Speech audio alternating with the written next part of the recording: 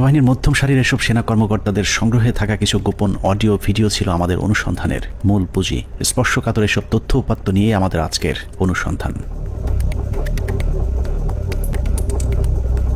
অনুসন্ধানের শুরুতেই একটি তদন্ত প্রতিবেদনের কয়েকটি লাইনে চোখ বোলানো যাক। যে প্রতিবেদনটি পিলখানা হত্যাকাণ্ডের পরের 18 কর্মদিবসের মধ্যে তৈরি করা হয়েছিল, কিন্তু আজও পর্যন্ত তা প্রকাশ করা হয়নি। কারণ এই প্রতিবেদনেই ঘটনার মূল রহস্য লুকিয়ে আছে।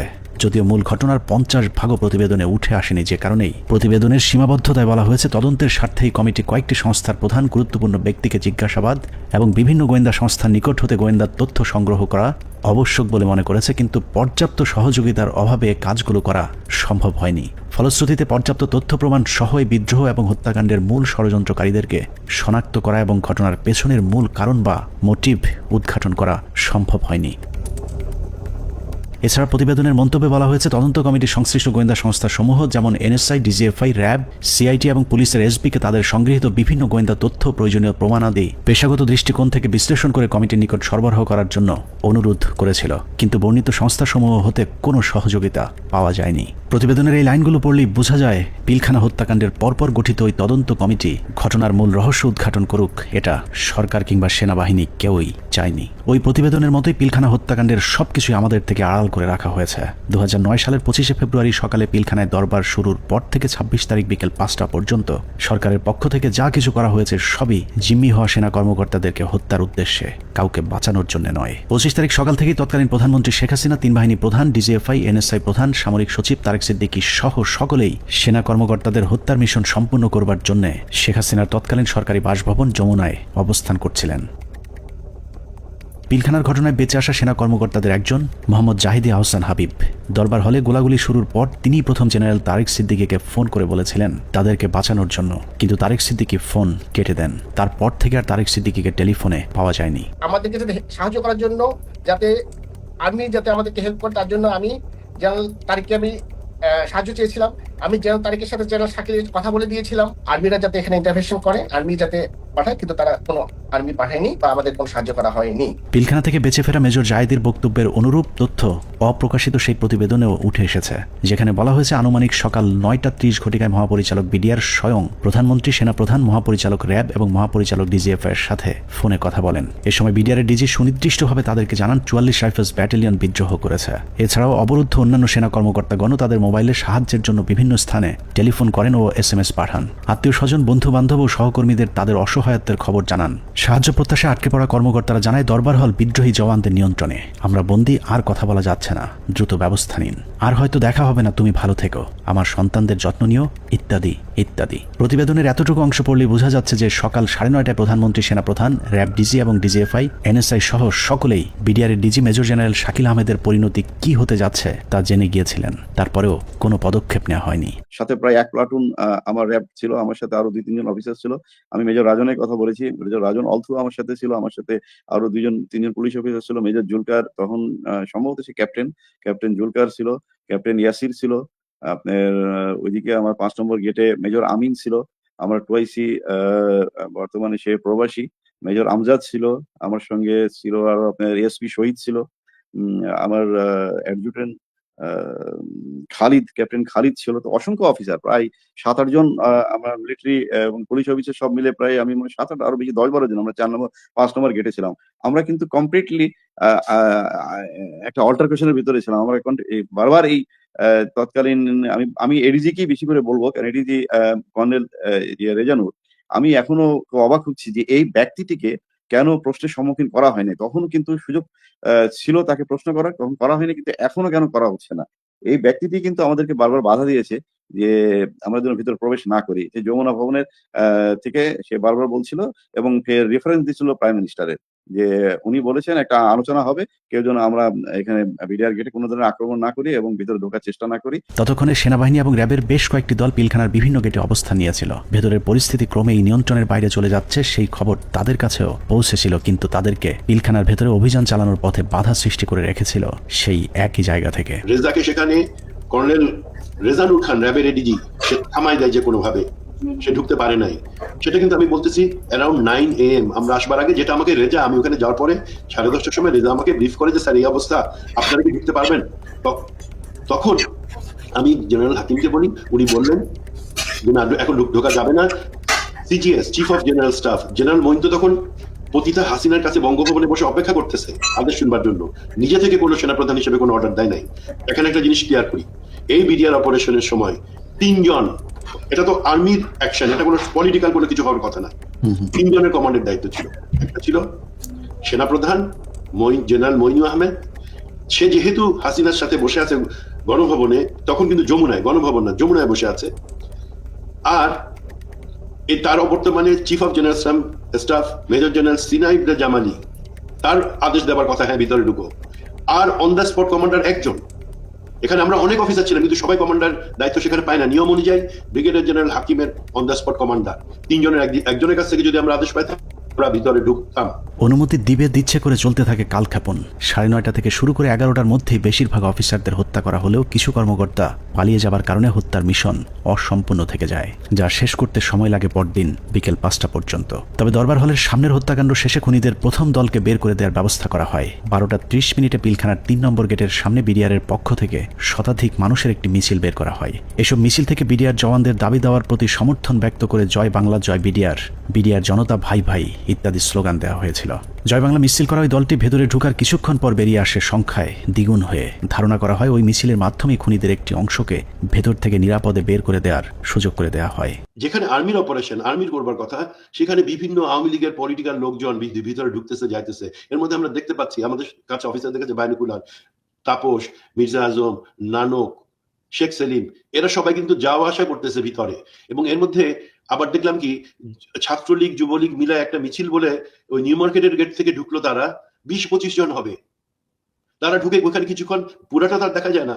আবার ঘন্টাখানেক পরে দেখলাম কি সেই মিছিল, তাদের হাতে কিন্তু আওয়ামী লীগের ব্যানার আছে, সেই মিছিল বাইর হয়ে যাচ্ছে। সেটা সংখ্যা হচ্ছে লোকের এখন 100 থেকে উপর, 100-125 জন ঢুকছিল, 25 জন বাইর হয়ে যাচ্ছে। সাথে সাথে আমরা সেটে যারা ছিল তাদেরকে জানালাম যে দেখো এই মিছিলটাকে আটকাও, এদের মধ্যে থেকে কিন্তু ভিতরে যারা কিলার তারা বের হয়ে তাদেরকে বের করে নিয়ে যাওয়া হইতেছে। বিডিআর কমপ্লেক্স যে ভিতরে যত সৈনিকরা ছিল তখন সবাই জাগো বলে যে যেদিকে পারলো বেরিয়ে চলে গেল। এটা হওয়ার কথা না। একটা ট্রেন সোলজার একটা এইভাবে পালিয়ে যেতে পারে না, যখন যতগুলি হোক, কেননা তার কাছে কোনো অর্ডার আসেনি। এবং এই সময় কিছু অফিসারও কিন্তু পালিয়ে গিয়েছিল। তো আমাদেরকে বের করতে হবে হু অল অর, মানে ওই অফিসাররা কারা কারা। এই সময় পালানোর কথা না।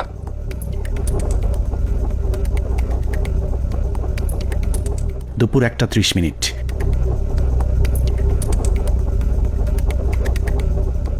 খুনের প্রথম পর্ব শেষ হবার পর শুরু হয় দ্বিতীয় পর্ব। বেলা বাড়ার সাথে সাথে দরবার হলে নৃশংস হত্যাযজ্ঞের খবর ছড়িয়ে পড়ে পুরো পিলখানায়। এতে অধিকাংশ বিডিআর সদস্যরা আতঙ্কিত হয়ে পড়েন। বিডিআর সদস্যরা যেভাবে পেরেছে পালিয়ে যাওয়ার চেষ্টা করতে থাকে, কিন্তু বাকি অফিসারদের খুঁজে বের করে হত্যার জন্য সরকারের আরও কিছুটা সময় প্রয়োজন ছিল, যে কারণে বিডিআর জওয়ানদের চাঙ্গা করতে শুরু হয় সরকারের নতুন ষড়যন্ত্র। নাটকের এই পর্বে মঞ্চে আসে মুন্নি সাহা এবং জয় মামুন, যারাই প্রথম গুজব ছড়িয়ে দেন পিলখানায় অপারেশন ডাল ভাতের টাকা নিয়ে অসন্তোষের কারণেই বিডিআরের ডিজিকে জিম্মি করেছে বিডিআরের জওয়ানেরা। এর পরপরই সেনাবাহিনী নিয়ে নানা ধরনের উস্কানিমূলক তথ্য প্রচার করতে থাকে বিশেষ কয়েকটি গণমাধ্যম। অফিসারদের কি অবস্থা, অফিসার যারা ছিল দরবার হলে যারা ছিল তাদের কি অবস্থা? তারা অনেকে বেড়ে গেছে, অনেকে আমাদের জিম্মিতে আছে, তাদেরকে কিছু করা হয়নি। ওরা খুব ভালো হয় জানে বিডিআর এর প্রতি কি অন্যায় অবিচার চলে। আপনাদের তো অনেক দিনের এটা ক্ষোভ, আজকে কেন, আজকে কোন পরিপ্রেক্ষিতে এটা করলেন? উনি বোঝেন না, উনি খালি আশা দেয়। এখন আমরা ওনাদেরকে আটক অবস্থায় রাখছি যাতে আমাদের দাবিগুলা মাননীয় প্রধানমন্ত্রী এবং স্বরাষ্ট্রমন্ত্রী আমাদের দাবি মানবেন। দেখছিলেন মুন্নি সাহার সঙ্গে বিশেষ। এ সময় নিজেদের লেখা বিভিন্ন ধরনের লিফলেট বিডিআরের নামে প্রচার করে গুজব ছড়াতে থাকে স্থানীয় আওয়ামী লীগের নেতাকর্মীরা। পিলখানার ভেতরেও ততক্ষণে বিডিআরের মাঝে ছড়িয়ে দেওয়া হয়েছে মিডিয়া এবং জনগণ আমাদের সাথে আছে। অপারেশন ডাল ভাতের টাকা মেরে খাওয়া সেনাবাহিনীর প্রতি এমনিতেই অনেকের ক্ষোভ ছিল, তার উপর সেনাবাহিনী যে কোনো সময় হামলা চালাতে পারে এমন গুজব ছড়িয়ে অস্ত্র হাতে তুলে দেওয়া হয় বিডিআরের সাধারণ জওয়ানদের হাতে। একদিকে আওয়ামী লীগের বিডিআরের পক্ষে মিছিল, অন্যদিকে গণমাধ্যমের উস্কানিতে হত্যাকাণ্ডে অংশ নেয়নি এমন অনেকেও দুপুরের পর বিদ্রোহী হয়ে ওঠে। জিনিসপত্রের দাম কারা বাড়াইছে শুনবেন? অরিজিনাল সেনা কর্মকর্তারা বিডিআর কে দিয়ে দাম বাড়াইছে। আস্তে আস্তে বর্ডার থেকে সমস্ত মাল নিয়ে আসতো, নিয়ে এসে স্টক করতো বিডিআর এর প্যারেড গ্রাউন্ডে। স্টক করে সেই মালগুলি দেশবাসী মাধ্যমে অনেকদিন পর সাপ্লাই করতো, যার কারণে অনেক দাম বেড়ে যেত জিনিসগুলির। যত ডাল ভাতের টাকা আছে সব মেরে খেয়ে ফেলেছি। ডাল ভাতের নামে তারা কোটি কোটি টাকা হাতিয়ে নিয়ে গেছে, কোটি কোটি টাকা হাতিয়ে নিয়ে গেছে ডাল ভাতের নামে। এরই মধ্যে গণভবনের নতুন ষড়যন্ত্রের অংশ হিসেবে আওয়ামী লীগ নেতা জাহাঙ্গীর কবির নানককে পিলখানার 4 নম্বর গেটে পাঠানো হয়। পিলখানার চারপাশের এলাকা থেকে বাড়িঘর ফেলে মানুষ যখন সরে যাচ্ছিলেন, তখন বীর দর্পে 4 নম্বর গেটের দিকে এগিয়ে যান আওয়ামী লীগের তৎকালীন এলজিআরডি প্রতিমন্ত্রী জাহাঙ্গীর কবির নানক, ফজলে নূর তাপস এবং হুইপ মির্জা আজম। অন্যদিকে প্রস্তুত ছিলেন সাংসদ মাহবুব আরা গিনি এবং ওয়ারেস সাদ হোসেন সহ আওয়ামী লীগের বেশ কয়েকজন নেতাকর্মী। একজন মহিলা এমপি, তো মহিলা এমপিকে কাছে আসার পরে তখন আমি চিনতে পেরেছিলাম। তো ওনাদের দুজনকে তো আমি চিনি। তো ওনারা এসে আসে জানানোর পরে ফরিদুল কারোর কাছে এসে মহিলারা জিজ্ঞেস করলেন যে আমি কি একটা সাদা পতাকা পেতে পারি। তো স্যার তখন পিছন দিকে ঘুরে তাকালেন, ঘুরে তাকিয়ে সৈনিককে জিজ্ঞেস করলেন যে তোমাদের কারোর কাছে কোনো সাদা পতাকা বা এরকম কোনো কিছু আছে কিনা। তো তৎপরবর্তীতে ওখান থেকে ওরকম সাদা পতাকার কোনো কিছু না পাতে উনি স্যার বললেন যে আমার কাছে একটা রুমাল আছে, এটা চলবে কিনা। উনি এটা দিয়ে দিলেন। বাট ওনারা এই সময় স্যার কিন্তু ওনাদেরকে জিজ্ঞেস করলেন যে আপনারা যে এখান থেকে যাবেন, তো ওখান থেকে গুলি হচ্ছে। তো তখন ওই মহিলা এমপি গিনি বলেছিলেন যে না, আমাদেরকে গুলি করবেন বা গুলি আসবে না আমাদের দিকে, আপনি এটা নিয়ে চিন্তা করবেন।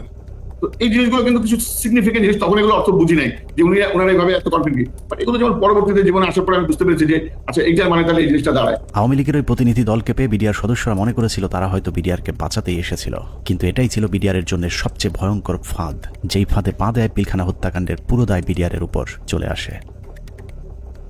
পিলখানার 4 নম্বর গেটে যখন নানক আজমদের নেতৃত্বে আওয়ামী লীগের একটা দল পিলখানার ভেতরে পৌঁছায়, তখন বিডিআরের পোশাক পরা কিছু লোক তাদের সাথে বেশ কিছুক্ষণ কথাবার্তা বলেন। তাদের মধ্যে কি কথা হয়েছে সেটা জানা না গেলেও এর পরপরই বিডিআরের কয়েকজন ব্যক্তিকে সামনে নিয়ে আসা হয় যাদের নাম এর আগে কখনো শোনা যায়নি। তাদের মধ্যে একজন ডিএডি তৌহিদ, যাকে আমরা পিলখানা হত্যাকাণ্ডের কথিত মূল হোতা হিসেবে এতদিন ধরে জেনে এসেছি।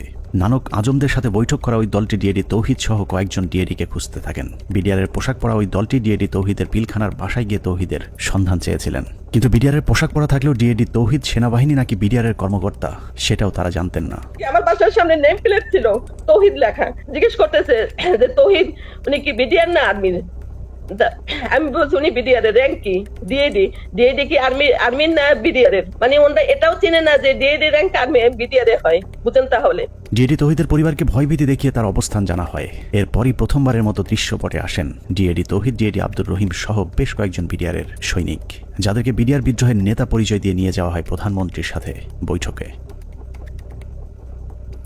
বেলা 3:40 বিডিআরের 14 দলের একটি প্রতিনিধি দল শেখ হাসিনার বাসভবন যমুনায় প্রবেশ করেন। পিলখানা হত্যাকাণ্ড নিয়ে করা গোপন সেই প্রতিবেদনে উল্লেখ করা হয়েছে, বিডিআরের ওই প্রতিনিধি দলটি যমুনায় শেখ হাসিনার সাথে বৈঠকের সময় সেখানে আর কাউকে থাকতে দেওয়া হয়নি। অর্থাৎ পিলখানার ভেতরে সেনা কর্মকর্তাদের ভাগ্যে কি ঘটেছিল সেই খবর একমাত্র শেখ হাসিনাকেই জানানো হয়েছিল।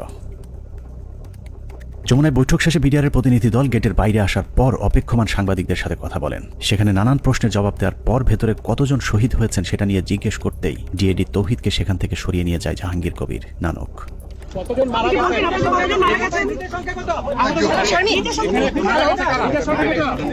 হাসিনার সাথে বিডিআরের সেই বৈঠকের মূল উদ্দেশ্য অফিসারদেরকে বাঁচানো কিংবা বিডিআরের আত্মসমর্পণ নয়, বরং বিডিআরকে জানিয়ে দেওয়া হয়েছিল কোনোভাবে আত্মসমর্পণ করা চলবে না। যদিও বৈঠকের পর জানানো হয় বিডিআর অস্ত্র সমর্পণে রাজি হয়েছেন, কিন্তু ডিএডি তৌহিদকে পিলখানার ডিজি বানানো থেকে শুরু করে পিলখানার পরবর্তী ঘটনাবলী সবই ছিল শেখ হাসিনার তৈরি করা নাটকেরই অংশ।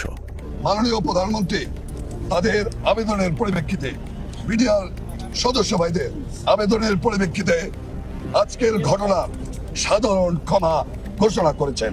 সে বৈঠকের পর রহস্যজনক একটি বিষয় লক্ষ্য করা যায়।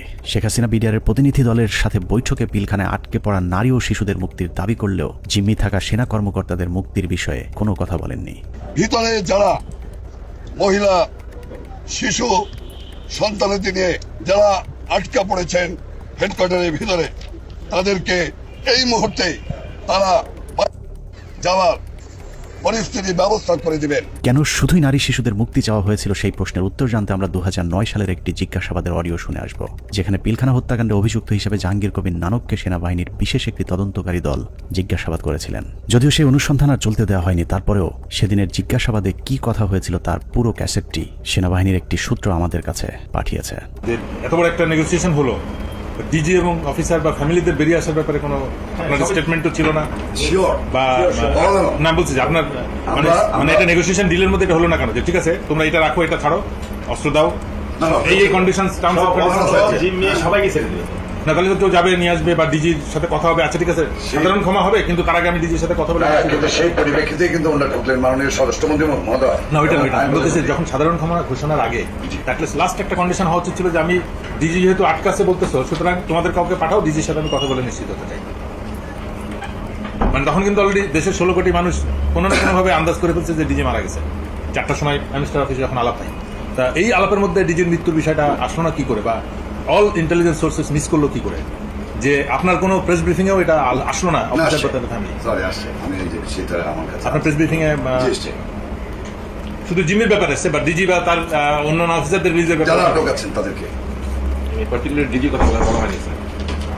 আমার কথাই নাই, কিন্তু বলা ছিল যাদেরকে জিম্মি করছেন, but it was A casual not না যে অফিসার ওকে ডিজি এবং অফিসাররা ফেরত আসবে অথবা 10 জন থাকবে।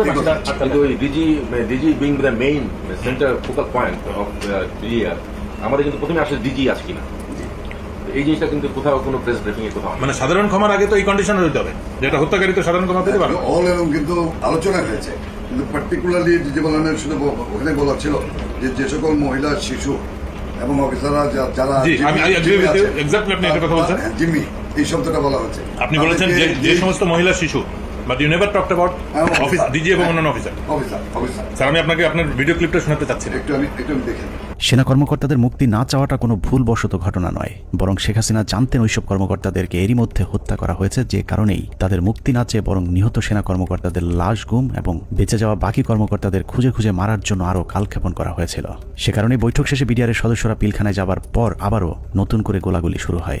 অপ্রকাশিত ওই প্রতিবেদনে বলা হয়েছে, এ সময় বিদ্রোহীরা তাদের অপকর্মের সুবিধার্থে পিলখানার অভ্যন্তরে বিশেষ বিশেষ স্থানে বিদ্যুৎ নিভিয়ে দেয়, কিন্তু সরকারের পক্ষ থেকে ওইসব এলাকায় বিকল্প ব্যবস্থায় আলোকিত করার কোনো ব্যবস্থা করা হয়নি এবং তদন্তকারী দল এ ব্যাপারে কোনো সদুত্তরও দেয়নি। প্রতিবেদনের পরের অংশে অত্যন্ত গুরুত্বপূর্ণ কিছু তথ্য দেওয়া হয়েছে, যেখানে বলা হয়েছে সরকার ঘোষিত সিদ্ধান্ত ও আলোচনার প্রেক্ষিতে পিলখানার ভেতরে আটককৃত অফিসার ও তাদের পরিবারের সদস্যদের বের করে আনার সুযোগ হতে পারে এ চিন্তায় ডিএমপির 10টি ট্রাক ও 10টি বাস 4 নম্বর গেটের সামনে নিয়ে যাওয়া হয়। সেই 10টি ট্রাক ও 10টি বাসে করে কাদেরকে নেওয়া হয়েছিল সেই প্রশ্নের উত্তর পাওয়া গেলেই অনেক কিছু পরিষ্কার হয়ে যাবে। রাত 8টায় হোটেল আম্বা লাইনে শুরু হয় নাটকের আরেক পর্ব। বিডিআর প্রতিনিধি দলের সাথে তৎকালীন স্বরাষ্ট্রমন্ত্রী অ্যাডভোকেট সাহারা খাতুনের আবারও বৈঠক শুরু হয়। এ সময় তার সাথে পুলিশের আইজিপি, র্যাবের ডিজি, গোয়েন্দা সংস্থার কর্মকর্তা ছাড়াও যথারীতি নানক ও আজমও উপস্থিত ছিলেন। এসব আলোচনাগুলোতে আসলে বিডিআরের কোনো সিদ্ধান্ত জানানোর সুযোগ ছিল না। সরকারের পক্ষ থেকে যা সিদ্ধান্ত নেওয়া হতো সেটাই বিডিআরের দাবি বলে প্রচার করা হয়েছে।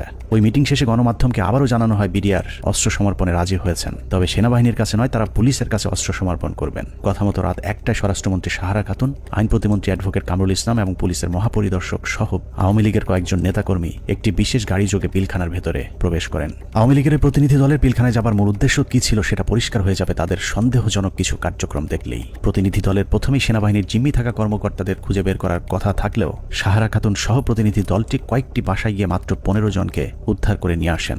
অথচ সেনাবাহিনীর কর্মকর্তারা কোথায় আছেন, তাদের পরিবারের কি পরিণতি হয়েছে এ ব্যাপারে কোনো আগ্রহ দেখায়নি আওয়ামী লীগের ওই প্রতিনিধি দলটি। গণমাধ্যম যেন এ বিষয়ে কোনো প্রশ্ন তুলতে না পারে সেজন্যও শুধুমাত্র বিটিভির একজন পরীক্ষিত আওয়ামী সাংবাদিককে পিলখানার ভেতরে নিয়ে যাওয়া হয়, যার নাম মুশফিকা নাজনীন, যিনি মুন্নী শাহর ঘনিষ্ঠ বান্ধবী। 25 তারিখ থেকে পরবর্তী কয়েকদিনের সব অপকর্মের সাক্ষী সাংবাদিক মুশফিকা নাজনীনকে জিজ্ঞাসাবাদ করলে ওই রাতের অনেক প্রশ্নের উত্তর পাওয়া যাবে। সে রাতে সবচেয়ে রহস্যজনক ঘটনা হলো, হোটেল আম্বালায় বৈঠক শেষে সাংবাদিকদের জানানো হয়েছিল বিডিআর সেনাবাহিনীর পরিবর্তে পুলিশের কাছে অস্ত্র সমর্পণে রাজি হয়েছে। অথচ সরকারের প্রতিনিধি দলটি 10,000 বিডিআরের অস্ত্র জমা নিতে পিলখানায় আইজিপি ছাড়া কোনো পুলিশ সদস্য তাদের সাথে নেয়নি। ভেতরে কেন পুলিশ নিয়ে যাওয়া হয়নি সেই বিষয়টি জানতে 2009 সালের 27 ফেব্রুয়ারি অ্যাডভোকেট কামরুল ইসলামকে জিজ্ঞাসাবাদ করেছিল তদন্তকারী দল। সেই রেকর্ডের একটি কপি আমাদের অনুসন্ধানে উঠে এসেছে। কোর্টের থেকে যখন বেরিয়ে আসেন মাননীয় স্বরাষ্ট্রমন্ত্রী বলেন যে ঠিক আছে আপনারা জমা দিতে থাকেন, আমরা যাই। না জমা রাখার পর যেটা উনি বাইরে এসেও মিডিয়াকে বলেছিলেন যে ওনারা জমা দিচ্ছেন, আমি চলে আসছি। হ্যাঁ এইটাই মনে হয় চাবি নিয়েছে না সকাল পর্যন্ত তারা সব জমা করে দেবে, সকাল পর্যন্ত তারা সব জমা করে দেবে। আমাদের 8টা সাড়ে 8টার মধ্যে আমরা আবার পুলিশের হ্যান্ড ওভার করে দেবে বিটিআর। এটা কিন্তু ফাইনাল কথা বলছে, সে অনুযায়ী সকালে আমরা কিছু হবে মানে পুলিশকে হ্যান্ড ওভার করবে, কিন্তু কোনো পুলিশ যায়নি ভিতরে। সরকারেরটা পুলিশ না বলছি যে না রাত্রে যে হ্যান্ডওভার হলো রাত্রে তো পুলিশের কাছে যায় নাই অস্ত্র, সুতরাং যাদের কাছে ছিল তাদের কাছে রয়ে গেল। যাই হোক না স্যার, পুরো ঘটনাটা যে পরিকল্পিত সেটা বিটিভির ধারণ করা ওই ফুটেজ দেখলেই বোঝা যাবে। বিডিআর এর সকল সদস্যের অস্ত্র সমর্পণ করার কথা থাকলেও হাতে গোনা কয়েকজন তাদের অস্ত্র জমা দেয়। ছোট একটি টেবিলের উপর যখন বিডিআর সদস্যরা অস্ত্র জমা দিচ্ছিল, ঠিক একই সময়ে অন্য বিডিআর সদস্যরা অস্ত্র হাতে নিয়ে বীরের মতো পাশে হাঁটাহাঁটি করছিলেন। ঘটনার এখানেই শেষ নয়। অস্ত্র সমর্পণে নাটক শেষে যারা অস্ত্র জমা দিয়েছিলেন তারাই আবার জমা দেওয়া অস্ত্রগুলো হাতে তুলে নিচ্ছিলেন। বিটিভির ক্যামেরাম্যান হয়তো ভুলক্রমে নাটকের বাইরের ওই দৃশ্য ধারণ করে ফেলেছিলেন। 25 তারিখ রাত যতই গভীর হয়েছে, সরকারের ষড়যন্ত্র ততই দিনের মতো পরিষ্কার হতে থাকে। সরকারের পরিকল্পনায় রাতে বিডিআরের আত্মসমর্পণের দাবি করে পিলখানায় ঢোকা সরকারি প্রতিনিধি দল ভোর 4:10 বেরিয়ে আসে নিজেদের বাছাই করা মাত্র 15 জন জিম্মিকে উদ্ধার করে। তাহলে মানে যে কোনো হোস্টেজ রেস্কিউ মানে যে কোনো হোস্টেজ রেস্কিউ অপারেশনের প্রথম তো আমার হোস্টেজের কে কে আছে, অফিসার এবং তার পরিবার, কয়জন অফিসারকে আমার সাথে আনলাম, কয়জন প্লাস হোস্টেজের মধ্যে সব থেকে বড় হোস্টেজ যেটা ডিজি এবং তার পরিবার, তাদের কেউই আসলো না, তাদের বেঁচে আছে না মরে গেছে তাও জানলাম না, তাহলে হোস্টেজ অপারেশন কি হবে? ওরা তো আজকে রেস্কিউ করতে যান, ইনসিডেন্টালি তখন নাটকের পর নাটক শেষে পরদিন সকাল শুরু হয় আরেক নাটকের মধ্য দিয়ে। 26 তারিখ সকাল 9টায় কৃষিমন্ত্রী মতিয়া চৌধুরী, জাহাঙ্গীর কবির নানক, জাতীয় পার্টির চেয়ারম্যান হোসেন মোহাম্মদ এরশাদ, আইন প্রতিমন্ত্রী কামরুল ইসলাম এবং ব্যারিস্টার তাপস আবারও পিলখানার 4 নম্বর গেটে উপস্থিত হন। ওদিকে 3 নম্বর গেটে আওয়ামী লীগের 2-300 নেতাকর্মী উপস্থিত হয়ে আবারও বিডিআরের পক্ষে স্লোগান দিতে থাকেন। এক পর্যায়ে মিছিলটি পিলখানার ভেতরে ঢুকে যায়। তবে ভেতরে যে কজন ঢুকেছিলেন তার চেয়ে কয়েক গুণ বেশি লোকজন নিয়ে পিলখানা থেকে কিছুক্ষণ পরে বেরিয়ে আসে আওয়ামী লীগের ওই মিছিলটি। 27 তারিখ 26 তারিখে একটা মাইক্রোবাসে করে বাইরের যে লোকেরা ভেতরে ঢুকেছিল তারা বের হয়ে যায়। 26 তারিখ দুপুর 2:30 12 সদস্যের মহাজোট মধ্যস্থকারী কমিটি গঠন করা হয়। আওয়ামী লীগ নেতা আব্দুল জলিলের নেতৃত্বে এই কমিটি আবারও হোটেল আম্বালাইনে বিডিআরের সাথে লোক দেখানো বৈঠক করেন। বৈঠক শেষে স্বরাষ্ট্রমন্ত্রী সাহারা খাতুন, জাহাঙ্গীর কবির নানক এবং মির্জা আজম আবারও 4 নম্বর গেট দিয়ে পিলখানায় প্রবেশ করেন। বিকেল 5টায় শেষবারের মতো আবারও ঘোষণা দেওয়া হয় বিডিআর অস্ত্র সমর্পণ করবে। মজার বিষয় হলো বিডিআর এবার আর পুলিশ কিংবা সেনাবাহিনীর কাছে অস্ত্র জমা দেওয়ার কোনো শর্ত দেয়নি। তবে শর্ত না থাকলেও পুলিশের মাধ্যমে পিলখানার নিয়ন্ত্রণ নেয় সরকার। এর পরপরই শেখ হাসিনা জাতির উদ্দেশ্যে ভাষণে বলেন, পরিস্থিতি এখন সম্পূর্ণ সরকারের নিয়ন্ত্রণে। নানা ধরনের গুজব ছড়িয়ে পরিস্থিতিকে ঘোলাটে করার চেষ্টাও মহল বিশেষ করছে, সে বিষয়েও সকলকে সজাগ থাকার আমি অনুরোধ জানাই।